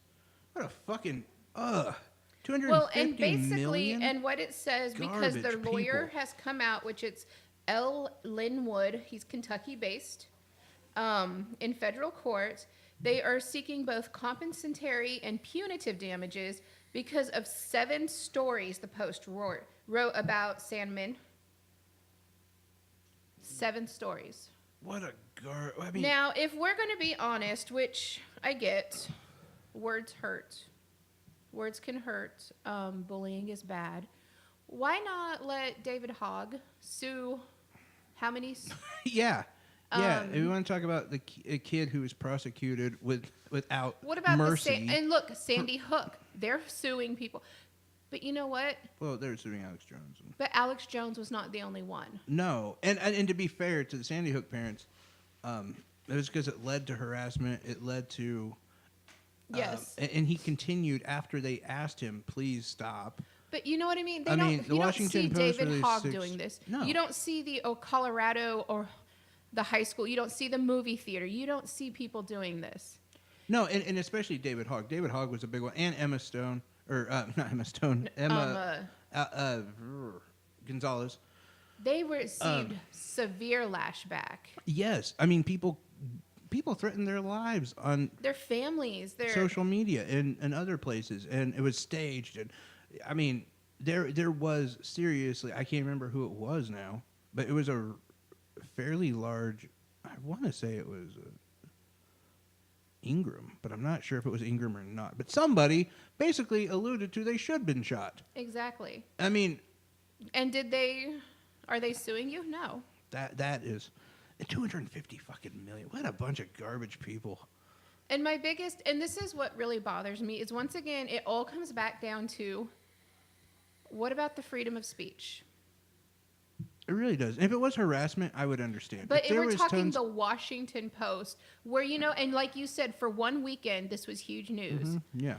The next weekend, nobody gave a shit. No, and I wouldn't be surprised if the 6th article was actually stating what really happened. So, and a lot of, you know what I mean? I saw that, is a lot of people went back, they shared all the videos. This is what really happened. Mm-hmm. So I will give you 2, maybe 3 articles that were probably hurt your feelings. Yeah. But, I mean, yeah, that's, Jesus Christ. What a bunch of, ugh. That's all I can say. Anyway, we are out of here. We have got to be off the air in like 2 minutes. 2 minutos. We'll be back Friday, 5 p.m. to 7 p.m. Hopefully we'll be full strength Cody. I think the weather should allow that, as far as I understand. We may or may not have a comic calling in from the Looney Bin. I'm still not sure. It's up in the air at the moment. Check us out, Revolution Radio on Facebook, and then the YouTube is Revolution Radio channel. I am Tanya Marie Wintello, and hopefully tonight, all of our old videos, everything will be up. Check us out on YouTube. Questions, comments, concerns. If you want to be a guest, Christopher, I know you're listening, call us, contact us. We're great. We act like dicks. We are dicks. You should be used to us. Yeah, and also on the YouTube note, our Facebook page will share a bunch of the pages. So if you can't find our channel, because I've heard that's really hard to find, we will share them from our Facebook page, Revolution Radio on Facebook. It's easy to find. Or find me, Jay Dillon, JAYDYLAN, and you can navigate it from there. Or just fucking ask me personally. I'll share a link. Anyway, guys, we will see you Friday.